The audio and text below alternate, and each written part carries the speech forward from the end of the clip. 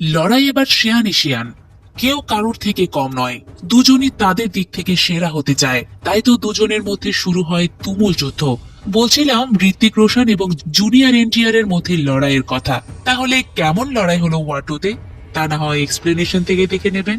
কথা না বাড়িয়ে শুরু করা যাক বছরের বিগেস্ট ধামাকা ওয়ার টু এর এক্সপ্লেনেশন। গল্প শুরু হয় জাপানের কামাকুরা শহরের মাস্টারের জন্মদিন পালনের মধ্য দিয়ে। মাস্টারের এক শীর্ষ মাস্টারের কাছে এসে বলে সে আসছে, আপনি এখান থেকে পালিয়ে যান। মাস্টার মুচকি হেসে বলে তাকে আসতে দাও। কিছুক্ষণের মধ্যেই আমরা মেজর কাবিরকে সেখানে আসতে দেখি। একজন দেখে মাস্টার জিজ্ঞেস করে, তুমি কি একা? কাবির জানায় হ্যাঁ। মাস্টার তার পোষা নেকড়েকে তখন কাবিরকে মারার জন্য পাঠায়, কিন্তু কাবির উল্টো নেকড়েকেই পোষ মানিয়ে ফেলে আর মাস্টারের কাছে এসে বলে আজ তোমার মৃত্যুর দিন। মাস্টার জানায় আজ আমার ৭০তম জন্মদিন চলছে, আমি ১০০ বছর বাঁচতে চাই। কাবির তখন পিস্তল বের করলে মাস্টার জানায় এটা শান্তিপূর্ণ জায়গা, পিস্তল ছেড়ে হাত দিয়ে এসো। লড়াই তখন শুরু হয় মাস্টারের লোক বনাম কাবিরের সাথে। সেই লড়াইয়ে মাস্টারের লোকদের ইচ্ছে মতো মারতে থাকে কাবির, যা দেখে মাস্টার সেখান থেকে পালিয়ে যেতে থাকে। তবে কাবির তাকে পালাতে দেয় না। মাস্টার হেলিকপ্টার নিয়ে পালাতে থাকলে হেলিকপ্টারের সামনে এসে মাস্টারকে গুলি করে হেলিকপ্টারটাই বিধ্বস্ত করে ফেলে সে। তাছাড়া এই ফাইট সিকোয়েন্সটা দারুণ লেগেছে। তো সিন শিফট হলে কাবিরকে আমরা জার্মানির বার্লিন শহরের একটা বারে দেখি। সেই বার থেকে আমরা জানতে পারি কাবির এখন কন্ট্রাক্ট কিলার, সে টাকার বিনিময়ে কাজ করে। জাপানের মাস্টারকেও সেই কন্ট্রাক্ট কিলিং এর মাধ্যমেই মেরেছে। তো যে কাবিরকে কন্ট্রাক্ট করে সে কাবিরকে জানায় তোমাকে এবার একজনের সাথে কাজ করতে হবে। কাবির জানায় আমি কারোর এককভাবে কাজ করি না। মালিক জানায় তুমি যার হয়ে কাজ করবে তার হয়ে অলরেডি অনেকগুলো কাজ সম্পূর্ণ করেছো, ইভেন জাপানের কন্ট্রাক্টও তারই ছিল, আমি শুধু ডিল করেছি। কাবির এবার জানতে চায় কে সে। মালিক জানায় কালী। কালী নাম শুনে কাবির জিজ্ঞেস করে ইন্ডিয়ান? মালিক উত্তর না দিয়ে বলে কালীর সাথে তোমার ইন্টারভিউয়ের সময় চলে এসেছে। এইটা বলা মাত্রই কাবিরকে একটা জায়গায় বন্দি করে ধোঁয়ার মাধ্যমে অজ্ঞান করা হয়। এই পর্যায়ে সিন শিফট করে এয়ার ফোর্স ক্লাব দেখানো হয়, যেখানে বিমান বাহিনীতে অসামান্য কাজ করার জন্য উইং কমান্ডার কাবিয়া লুথরাকে সম্মাননা দেওয়া হয়। কাবিয়া হচ্ছে রচিফ লুথরার মেয়ে। মেয়ের সম্মাননার দিন পার্টিতে লুথরা তার মেয়ের সাথে নাচতে থাকলে লুথরা একটা আননোন নাম্বার থেকে কল পায়। এরপর সে বাইরে আসে। তখনই সিন শিফট করে হিমালয়ের এক জায়গা দেখানো হয়, যেখানে কাবিরকে দেখা যায়। সেই জায়গাতেই কাবিরের সাথে আর্টিফিশিয়াল ইন্টেলিজেন্স এর মাধ্যমে মিটিং এর জন্য উপস্থিত হয় কালী। তখন দেখা যায় কালী আসলে কোনো মানুষের নাম নয়, এটা একটা গ্রুপের নাম। সাউথ এশিয়া মহাদেশের লোক সহ রাশিয়াও এখানে সামিল। তো কালীর ইন্ডিয়ার দায়িত্বপ্রাপ্ত লোক কাবিরকে জানায় আমরা অনেকদিন থেকেই তোমার উপর নজর রেখেছিলাম, এখন পর্যন্ত যতগুলো অ্যাসাইনমেন্ট কমপ্লিট করেছো সব আমাদের, তাই এবার সুযোগ এসেছে আমাদের দলের একজন হয়ে যাওয়ার। কাবির জিজ্ঞেস করে আপনারা কি কাজ করেন আর আমি কিভাবে আপনাদের সাথে যুক্ত হতে পারি? কালীর ইন্ডিয়ান পার্সন জানায় আমরা বিভিন্ন দেশের অর্থনীতি নিয়ে কাজ করি, তুমি আমাদের দলে যুক্ত হবে নেক্সট অ্যাসাইনমেন্ট সম্পূর্ণ করার মাধ্যমে। কাবির জিজ্ঞেস করে অ্যাসাইনমেন্টের ডিটেলস কোথায় পাবো? তখন জানানো হয় তোমার পেছনেই আছে অ্যাসাইনমেন্ট। কাবির পেছনে ফিরে দেখে একজনকে বেঁধে রাখা হয়েছে, যার মুখ ঢাকা। কাবির কাছে গিয়ে মুখ খুলে দেখে সেটা আর অন্য কেউ নয়, সেটা তার বস লুথরা। মুখ খোলার পরই কাবিরকে দেখে থুতু ছেটায় লুথরা, সাথে বলে দেশদ্রোহী। অন্যদিকে কালীর থেকে জানানো হয় এবারের অ্যাসাইনমেন্ট হচ্ছে লুথরাকে মেরে ফেলা। সিন শিফট করে এ পর্যায়ে ২ বছর পেছনে নিয়ে গিয়ে আমস্টারডাম দেখানো হয়। সেখানে লুথরা কাবিরকে কয়েকটা নিউজ পেপারের খবর দেখিয়ে বলে এই যে এসব দেশে যে এত অ্যাটাক হয়েছে এসবের পেছনে আছে কালী নামে এক গোষ্ঠী, এরা বিভিন্ন দেশের অর্থনীতি ধ্বংস করছে, বিভিন্ন অসুবিধার সৃষ্টি করছে। কাবির এটা শুনে জিজ্ঞেস করে তাহলে কালীকে শেষ করে দেই? লুথরা জানায় কালীকে দেখা যায় না, তাছাড়া তারা একা নয়, সাউথ এশিয়ার অনেকগুলো দেশ এর সাথে জড়িত, তারা অনেক পাওয়ারফুল, এবার তারা ইন্ডিয়ার পিছু লেগেছে। এইটা শুনে কাবির বলে দেখা যায় না ঠিক আছে, অন্ধকারে ঢুকেই তাদের মারবো। কাবিরের এই কথাতে ক্লিয়ার হওয়া যায় যে কাবির আসলে কন্ট্রাক্ট কিলিং এ কেন নাম লিখিয়েছে। মূলত সে কালীর ভেতরে ঢুকতে চেয়েছিল। এইটা আরো ক্লিয়ার হয়ে যায় যখন প্রেজেন্ট ডেতে লুথরাকে কাবির মারতে চায় না, কিন্তু লুথরা বলে চারিদিক থেকে সবাই ঘিরে রেখেছে, তাই আমাকে মেরে তাদের দলে ঢোকা পাকাপোক্ত করো, তারা কালী হলে তাদের উপর কালীযুগ হয়ে নামবে। তারপরও স্যারকে মারতে চায় না কাবির, কিন্তু লুথরা নির্দেশ দেয় মারার, কারণ তার কাছে দেশ আগে। কাবির তখন নিরুপায় হয়ে তার বসকে মেরে ফেলে। চারিদিকে ছড়িয়ে যায় রচিফের মৃত্যুর ঘটনা। লুথরা মার্ডারের ক্রাইম সিনে চলে আসে মেয়ে কাবিয়া। সেখানে এসে সে জানতে চায় কে মেরেছে। একজন ভিডিও ফুটেজ দেখায়, যেটা অজানা কেউ রকি দিয়েছে। কাবিয়া ভিডিও ফুটেজ ফুটেজে দেখে তার বাবাকে মেরেছে মেজর কাবির। রাগে তার রক্ত গরম হয়ে যায়। এই পর্যায়ে সিন শিফট হলে কাবিরকে অন্য এক জায়গায় কালির সাথে মিটিং করতে আসতে দেখা যায়। মিটিং এ এবার মুখোশ থেকে বের হয়ে আসে ইন্ডিয়ার প্রতিনিধি। কাবির দেখে সেটা গোল্ডেন গ্ল্যাডিটার্স। তো গ্ল্যাডিটার্স তথা কালি অভিনন্দন জানায় কাবিরকে, কারণ সে তার অ্যাসাইনমেন্ট কমপ্লিট করেছে। সেই সাথে কাবিরকে কালি টিমেও যুক্ত করা হয় আর ট্রেনিং এর জন্য তাকে আমন্ত্রণ জানানো হয়। কাবির তখন জিজ্ঞেস করে, লুথরাকে মারার ভিডিও রকি কেন দিলেন? নিশ্চয়ই ইন্স্যুরেন্সের জন্য, যাতে আমি আর আমার কাজে ফিরতে না পারি। কালির ইন্ডিয়ান প্রতিনিধি জানায়, হ্যাঁ, প্রথম ধাপ লুথরাকে শেষ করা, পরবর্তীতে তার জায়গায় আমাদের লোককে বসানো। সিন শিফট করে এবার দেখানো হয় লুথরার শেষকৃত্য। সেখানে নতুন র চিফ হয়ে যে এসেছে সে সমবেদনা জানাতে আসে, যার নাম বিক্রান্ত কৌল। বিক্রান্ত নতুন চিফ হওয়ার পর শেষকৃত্য অনুষ্ঠানে কাব্যাকে বলে, আমরা কাবিরকে ধরবই। টিমে কাব্যা যুক্ত হতে চাইলে বিক্রান্ত জানায়, আমাদের টিমে কোনো লেডি থাকবে না। সেই সময় লুথরার বন্ধু জানায়, কাব্যও কম কিছু নয়।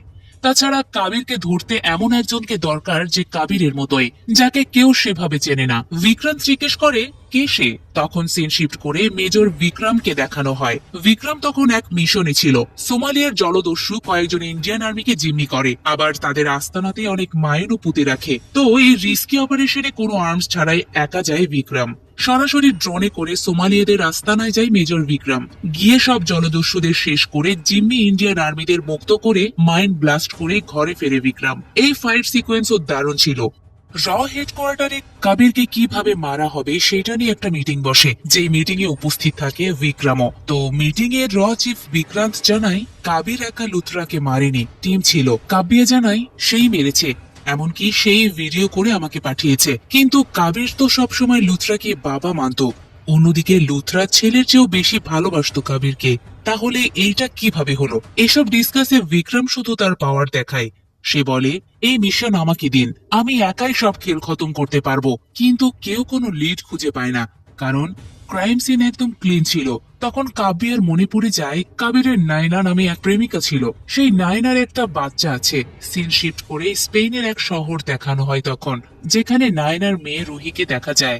রুহির সাথে আবার ইয়ারফোনে কথা বলতে দেখা যায় কাবিরকে। রুহিকে কাবির নিজের মেয়ের মতো করে বড় করেছে। তো রুহি কারো সাথে যে কথা বলছে তার র টিম রুহিকে ফলো করলে বুঝতে পারে। অর্থাৎ কাবিরকে ধরার জন্য অলরেডি স্পেশাল র টিম রুহির পিছু নিয়েছিল। তারা বুঝতে পারে এখানে কাবিরও আছে। তাই বিক্রম কাব্যাকে জিজ্ঞেস করে, কাবিরকে কাছে পেলে গুলি করবে তো? কাবির চুপ থাকে। এর মধ্যেই কাবিরকে এক মেসেজের মাধ্যমে জানানো হয় র টিম তাকে ফলো করছে। এইটা জানা মাত্রই কাবির রুহিকে সেফ জোনের দিকে যেতে বলে। এদিকে কাবিরও কয়েকজনকে আহত করে সেফ জোনের দিকে আগাতে থাকে। এক সময় রুহিকে সেফ জোনের দিকে কাবির একটা মাইক্রো স্টার্ট দিতে বলে। রুহি জিজ্ঞেস করে, কোনটা তোমার গাড়ি? কাবির জানায়, একটাও না, কিন্তু তোমাকে এখন একটা চুরি করতে হবে, যেমনটা আমি তোমাকে শিখিয়েছি। এর মধ্যেই কাব্যের মুখোমুখি হয় কাবির। মুখোমুখি হওয়ার পরপরই কাব্যা জিজ্ঞেস করে, তুমি কি আমার বাবাকে মেরেছো? কাবির চুপচাপ থাকে। এতে কাব্যা বুঝতে পারে কাবিরই মার্ডারার। তাই গুলি চালাতে গেলে কাবির আগে বুলেট খুলে নেয়। দুজনের মধ্যে চলে বেশ ফাইট। দেখা যায় কাবিও বেশ ভালো ফাইট জানে। এর মধ্যে গাড়ি খুলতে পারে রুহি। তা শুনে কাবির নির্দিষ্ট জায়গায় আসতে বলে। এদিকে কাব্যাকে ফাঁকি দিয়ে স্প্রিং রশি দিয়ে নিচে নেমে রুহির গাড়িতে করে পালাতে গিয়ে এবার মুখোমুখি হয় বিক্রমের। বিক্রম গাড়ি নিয়ে সামনে এগোতে থাকলে কাবির গাড়ি পেছনে নিয়ে যেতে থাকে। এক সময় গাড়ি নিয়ে চলে দুজনের মধ্যে বেশ রেস। সে রেস করতে গিয়ে ব্রিজের উপর অ্যাক্সিডেন্ট করে বসে বিক্রম। কিন্তু ততক্ষণে কাবিরের গাড়িকে স্পেনের পুলিশ ঘিরে ফেলে। এমনকি বন্দুক হাতে নিয়ে বিক্রমও বের হয়। কিন্তু কাবির যেন কোনো ভয় করে না, উল্টো মেয়েকে প্রস্তুত থাকতে বলে। একসময় বিক্রম কাবিরের গাড়িকে লক্ষ্য করে গুলি ছুড়লে কাবির ব্রিজ থেকে গাড়ি নিয়ে ঝাঁপ দিয়ে গিয়ে পড়ে ট্রেনের উপর। কিন্তু এমন ভাবে পড়ে যে রুহি প্রায় ট্রেন থেকে ছিটকে যাওয়ার উপক্রম হয়। কাবির কোনোভাবে তাই রুহিকে বাঁচানোর চেষ্টা করে। সেটা দেখে বিক্রম আসে বাঁচাতে। একসময় রুহিকে সেভ করে। তখন প্রথমবার ফেস অফ হয় কাবির এবং বিক্রমের। কিন্তু তারা একটা টানেলের সম্মুখীন হয়। যদি ট্রেন টানেল পর্যন্ত যায় তাহলে পুরো ট্রেন ক্রাশ হবে। অন্যদিকে ট্রেনে অনেক যাত্রী, আবার কাবির এবং তার মেয়ে শুধু ইঞ্জিনে। তাই ট্রেনের সবাইকে বাঁচানোর জন্য টানেলের আগে ট্রেন থেকে ইঞ্জিন খুলে ফেলে সবাইকে বাঁচায় বিক্রম। অন্যদিকে কাবির আর রুহি নদীতে লাফ দেয়, তাই আর সে যাত্রায় কাবিরকে ধরা হয় না বিক্রমের। কাবির এরপর রুহিকে নিয়ে হিমাচল প্রদেশের মানালি আসে। যারা ওয়ার দেখেছেন তাদের নিশ্চয়ই খালিদের কথা মনে আছে। খালিদের মা এই মানালিতেই থাকে, তার বাড়িতেই রুহিকে নিয়ে আসে কাবির। অনেকদিন পর কাবিরকে দেখে খুশি হয় খালিদের মা। কাবির তখন রুহিকে সেভ করে রাখতে বলে খালিদের মা সেটা গর্বের সাথে রাখতে চায়। কাবির এরপর আসে ISIS বেস ইয়েমেনে। সেখানে কাবির দেখা করে কালির ইন্ডিয়ান পার্সনের সাথে। কালির ইন্ডিয়ান প্রতিনিধি আবার একটা মিশন দেয় কাবিরকে। কাবির বলে রয়ের মধ্যে কোনো বন্ধু থাকলে ভালো হতো। কালির প্রতিনিধি আপাতত ক্যাবিনেটের বন্ধুকে দেখায়, এই বলে একটা ডিভিডিও দেয়। ডিভিডি ওপেন করলে দেখি কালির সাথে লুথরার বন্ধুও যুক্ত, যে আবার নিজে থেকে বিক্রমকে অ্যাপয়েন্টমেন্ট করেছে কাবিরকে মারার জন্য। তাহলে কি বিক্রম ও কালির লোক? এজন্য কি সুযোগ পেয়েও কাবিরকে মারেনি? সামনেই জানতে পারবেন ব্যাপারটা। তো কালি প্রতিনিধি এবার বলে ইন্ডিয়ান বিজনেসম্যান শারুনি ফ্যামিলি চার্টার্ড প্লেনে ইন্ডিয়া যাবে। এবারের মিশন পুরো শারুনি ফ্যামিলিকে শেষ করা। তাদের অনেক দেশপ্রেম। সেদিনই বিক্রমের কাছে এক ফেক অ্যাকাউন্ট থেকে মেসেজ আসে। সেই মেসেজে বিক্রমকে স্পেনে আগামীকাল বিকাল 5টায় দেখা করার কথা বলা হয়। বিক্রম নির্দিষ্ট জায়গায় 5টায় আসে। তখন দেখা যায় ফেক অ্যাকাউন্ট থেকে মেসেজটা আসলে কাবির করেছিল বিক্রমকে। তারা যে দুই বন্ধু সেটাও না। তাই তো দুজনের টেবিলের নিচে দুজনের দিকে পিস্তল তাক করে রাখে। বিক্রম এরপর জিজ্ঞেস করে কেন এখানে ডেকেছো বলো। কাবির কালির মুখোশ উন্মোচন করার জন্য 2 বছর যে লুথারের সাথে কাজ করেছে সেইটা জানায়। এতে বিক্রমও ক্লিয়ার হয়ে যায় কাবিরের মতো দেশপ্রেমিক তো আর দেশদ্রোহী হতে পারে না। কাবির এরপর জানায় কালি চাচ্ছে শারুনি ফ্যামিলি মারতে। তোমার আমাকে এবং কালির সৈন্যকে থামাতে হবে। আমি ভেতর থেকে কাজ করব আর তুমি বাইরে থেকে। এতে কিন্তু জীবনও চলে যেতে পারে। বিক্রম জানায় মৃত্যুর জন্য আমি সর্বদা প্রস্তুত বন্ধু। পরের দিন চার্টার্ড প্লেনে করে শারুনি ফ্যামিলি যেতে থাকলে সেখানে জেট প্লেন নিয়ে আসে কাবির। চার্টার্ড প্লেনের পাইলটকে প্লেন একটু নিচে নামাতে বলে। সে সময় প্লেনের ভেতরে ক্রু আবার শারুনি ফ্যামিলিকে এক ধরনের ড্রিঙ্কস করে অজ্ঞান করে ফেলে। এরপর কাবিরের প্লেন থেকে একে একে নামতে থাকে কালির সৈন্য। নেমে যখন তারা চার্টার্ড প্লেনে ঢুকবে তখন আগে থেকে প্লেনে থাকা বিক্রম সবার সাথে লড়তে থাকে। এক সময় লড়াইয়ের জন্য প্লেনের উপরে ওঠে। প্লেনের উপরে উঠেই সবার সাথে লড়তে থাকে। লড়তে লড়তে বিপদে পড়লে কাবির এসে যোগ দেয়। দুজন মিলে তখন সবাইকে শেষ করে, এমনকি জেট প্লেনও। এরপর দুজনেই চলে আসে চার্টার্ড প্লেনে। প্লেনে যে সবাইকে ড্রিঙ্কস করিয়েছিল তাকেও মেরে ফেলে বিক্রম। এই পর্যায়ে বিক্রমের আসল মুখোশ উন্মোচন হয়। সে শারুনি ফ্যামিলিকে ঘুমন্ত অবস্থায় মেরে ফেলতে থাকে। তা দেখে কাবিরের আর বুঝতে দেরি হয় না বিক্রম ও কালির দলের। বিক্রম তখন কাবিরকে বলে তুমি সব সময় বন্ধু চিনতে ভুল করো। কিন্তু বিক্রম এবার কাবিরকে মারে না। সে জানায় নেক্সট টাইম দেখা হবে। এই বলে একটা প্যারাশুট দিয়ে কাবিরকে প্লেন থেকে নিচে ফেলে দেয়। কাবির নিচে পড়া অবস্থায় শুধু বিক্রমকে দেখতে থাকে। কাবির বিক্রমকে দেখতে থাকে কারণ বিক্রম হচ্ছে কাবিরের ছোটবেলার বন্ধু রঘু। এই পর্যায়ে রঘু আর কাবিরের ছোটবেলার সিন দেখানো হয়। দুজনেই ছিল অনাথ। একদিন কাবিরকে কয়েকজন মারতে থাকলে রঘু বাঁচায় কাবিরকে। তারপর দুজনে একসাথে ক্রাইম পার্টনার হয়ে ওঠে। বিভিন্ন কর্মকাণ্ড করতে গেলে দুজন পুলিশের হাতে ধরা খায়। ধরা খেলে দুজনকে কিশোর সংশোধন কারাগারে নিয়ে যাওয়া হয়, কারণ তাদের বয়সটা তখন কম ছিল। সেখানে একদিন কর্নেল লুথরা আসে। সে এসে সবাইকে বলে তোমাদের মাঝে সুযোগ আছে, তোমরা এখানে না থেকে দেশের জন্য সেবা করতে পারো। এটা শুনে রঘু খুশি হয়, কারণ সে সব সময় নাম্বার 1 হতে চেয়েছে। এখন সে চায় দেশ সেরা সোলজার হতে। এজন্য সবগুলো ট্রেনিং এ কঠোর পরিশ্রম করে নাম্বার 1 হয় রঘু। কিন্তু রেজাল্টের দিন কাবিরকে সোলজার হিসেবে বেছে নিলেও রঘুকে নেয় না। রঘু কারণ জানতে চাইলে লুথরা জানায় তুমি সব জায়গায় নিজের অ্যাচিভমেন্টের জন্য ফার্স্ট হয়েছো, কিন্তু তোমার মাঝে দেশপ্রেমটা নেই, যেটা আছে কাবিরের মাঝে। তাই তোমার আরো সময় দরকার। কিন্তু রঘু এসব মানতে চায় না। সে জানায় নাম্বার 1 হয়েই দেখাবো। পরের দিন রঘু কাবিরকে বলে চল আমরা এখান থেকে পালিয়ে গিয়ে নাম্বার 1 হব। কাবির তখন জানায় আমি তোর পার্টনার, গোলাম নই যে তোর কথা শুনতে হবে। এই কথাতে আরো বেশি কষ্ট পায় রঘু। তাই বলে আমি তোকে মৃত্যুর হাত থেকে বাঁচিয়েছি, আর তুই কিনা আমার সাথে এমনটা করলি, তোকে নাম্বার 1 হয়েই দেখাবো। এই বলে কারাগার থেকে পালিয়ে যায়। পালানোর সময় অনেক আঘাত পায়, কিন্তু রঘু যেন তাও দমে যায় না। ছোটবেলার এসব স্মৃতি কাবিরের মনে করার সাথে সাথে ফ্ল্যাশব্যাক শেষ হয়। সে শারুনি ফ্যামিলির প্রধান, শুধু সেই এখন বেঁচে আছে, যে কিনা আবার মন্ত্রী তথা লুথরার বন্ধু। সে টিভি নিউজে বলে কাউকে সে ছাড়বে না। এর মধ্যেই কালির ইন্ডিয়ান প্রতিনিধি গোল্ডেন, যার নাম আসলে গোলাটি, সে বিক্রমকে ফোন করে বলে প্লেনে কাবিরকে মারলে না কেন। বিক্রম জানায় সে পালিয়ে গিয়েছে। গোলাটি তখন বলে নেক্সট কাবিরকে যেখানে পাবে সেখানেই মারবে। বিক্রম জানায় কাবিরকে এখন শুধু আপনার কাছেই পাওয়া যাবে, তাই যেখানে যাবেন সেখানকার ঠিকানা দিয়েন।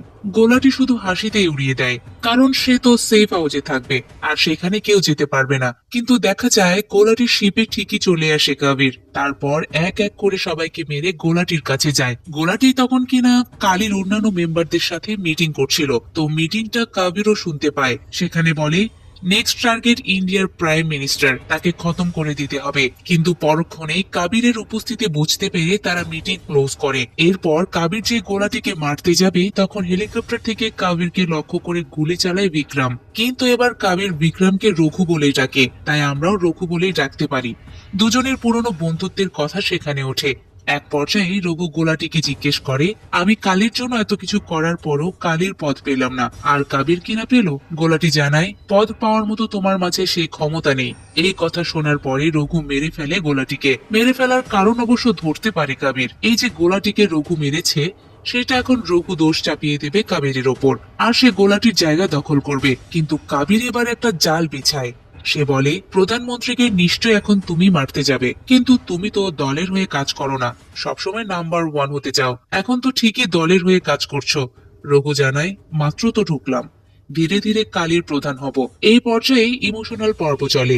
কাবির জানায় 20 বছর ধরে তোমায় খুঁজেছি কিন্তু কোথাও পাইনি। অন্যদিকে রঘু বলে আমি সব সময় চোখে চোখে রাখতাম, সব সময় সব খবর রাখতাম, কিন্তু একটুও মিস করিনি, তবে এখন থেকে মিস করব। এই বলে কাবিরের দিকে পিস্তল তাক করে। কাবির তখন পুরো শিপ ব্লাস্ট করে সেখান থেকে স্পিড বোট নিয়ে পালাতে থাকলে রঘু কালীর সৈন্যদের জানায় কাবির গোলাটিকে মেরে পালিয়ে যাচ্ছে। এইটা শোনা মাত্রই হেলিকপ্টার থেকে গুলি ছোড়া হয় কাবিরের দিকে, কিন্তু কাবির এক সময় বুদ্ধির জোরে হেলিকপ্টার ড্যামেজ করে ফেলে, কিন্তু রঘু পিছু ছাড়ে না কাবিরের। তবে কাবির তার খেলা ঠিকই দেখায়, প্যারাশুট দিয়ে উপরে চলে যায়, তাই আর ধরতে পারে না রঘু। সিন শিফট করে র অফিস দেখানো হয়। সেখানে সবাই গোলাটির মার্ডার নিয়ে বিশ্লেষণ করে। সেই সময় র চিফ বিক্রমকে একটা দায়িত্ব দেয়। দায়িত্বটা হচ্ছে প্রধানমন্ত্রী একটা সম্মেলনে ডাভোস যাবে, যেটা সিকিউরিটি দেবে কিনা বিক্রম। এই যেন শেয়ালের মুখে মুরগি দেওয়া। অন্যদিকে গোলাটি ক্রাইম সিনে একটা রিং দেখতে পায় কাব্বিয়া, যেটা কিনা কাবিরকে কাঁপিয়ে দিয়েছিল। তাই সে চিফকে বলে কাবির কোথায় আছে আমি জানি। এই পর্যায়ে ফ্ল্যাশব্যাক সিন দেখানো হয়। কাবির এবং কাব্বিয়ার মাঝে প্রেম ছিল।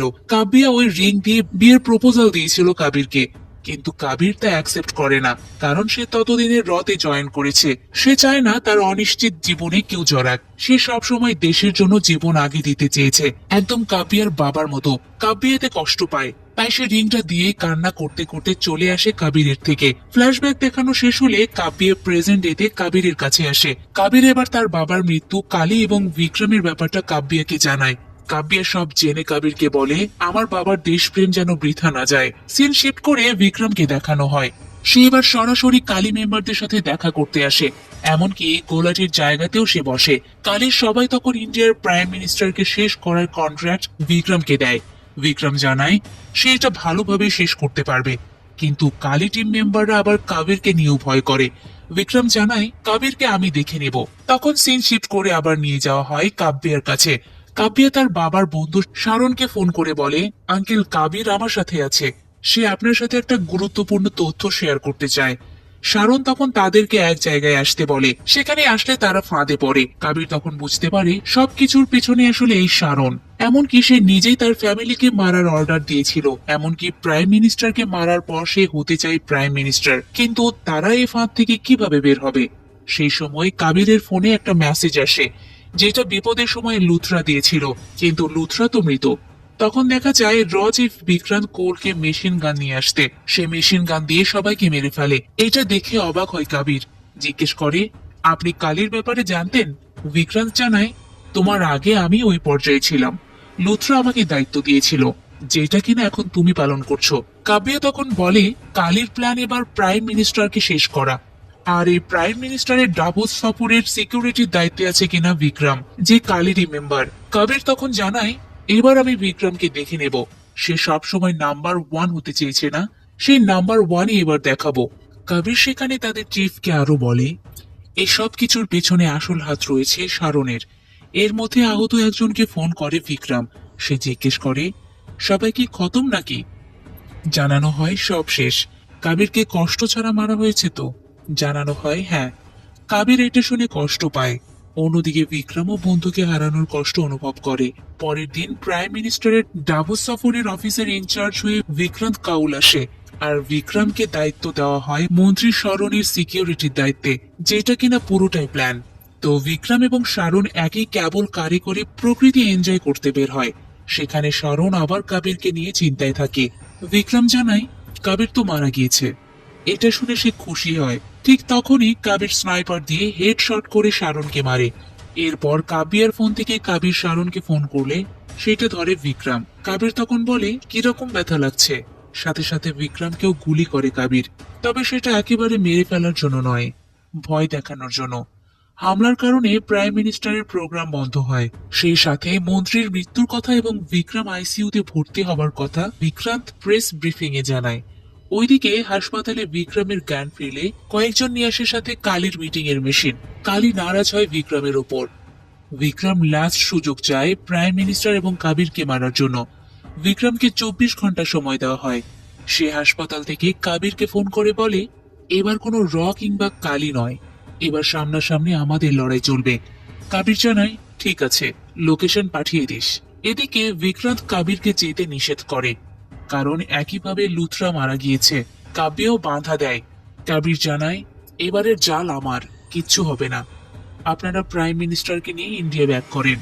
এর মধ্যেই কাবির বিক্রমের লোকেশনে চলে আসে। সেখানে বিক্রম তথা রঘু কাবিরকে আইপ্যাডে প্রাইম মিনিস্টারের ট্যাপের ব্যাপারটা জানায়, যেটা আবার কাবির বিক্রান্তকে জানালে বিক্রান্ত প্রাইম মিনিস্টারকে সেভ করার চেষ্টা করে। মূলত তারা আগে থেকে ফোনের সাথে কানেক্টেড ছিল। এদিকে রঘু কাবিরকে মনস্টার হিসেবে সম্বোধন করে। সে বলে তুই যার কাছে যাস তাকেই গিলে ফেলিস। প্রথম তোর ভালোবাসার মানুষ নায়না, তারপর খালিদ, এমনকি বাবা সমতুল্য লুথরাকেও তুই মেরেছিস। এসব শুনে রাগে রঘুকে মারতে থাকে কাবির, কিন্তু রঘু শুধু হাসে। একসময় দুজনের মধ্যে শুরু হয় তুমুল লড়াই। কেউ কাউকে ছাড় দিতে চায় না। এর মধ্যে প্লেনে উঠে বিক্রান্ত জানায় আমরা সেফ, কিন্তু কাবির রঘুর মুখের দিকে তাকিয়ে বলে এখনো সেফ না। এটা শুনে বিমানের পাইলট সহ ক্রুকে নামিয়ে দেয়। কাব্যা তখন প্রাইম মিনিস্টারকে নিয়ে ফ্লাই করে। এদিকে দুই বন্ধুর লড়াইয়ে কাবিরের শরীরে রড ঢুকে যায়। সেই রডেই আবার রঘুকেও নেয় কাবির। দুজনের মধ্যে আরো লড়াই চলতে থাকলে রঘুর পেটে বরফ টুকরো ঢুকে মারাত্মক আহত হয়। তখন কাবির মারা বাদ দিয়ে রঘুর কাছে ছুটে আসে। রঘু তখন বলে তুই আসলে নাম্বার ওয়ান। অন্যদিকে কাবির জানায় তুই ছাড়া আমি কিছুই নই, তুই আমাকে বানিয়েছিলি। শেষ মুহূর্তে এসে দুইজনেই ইমোশনাল হয়।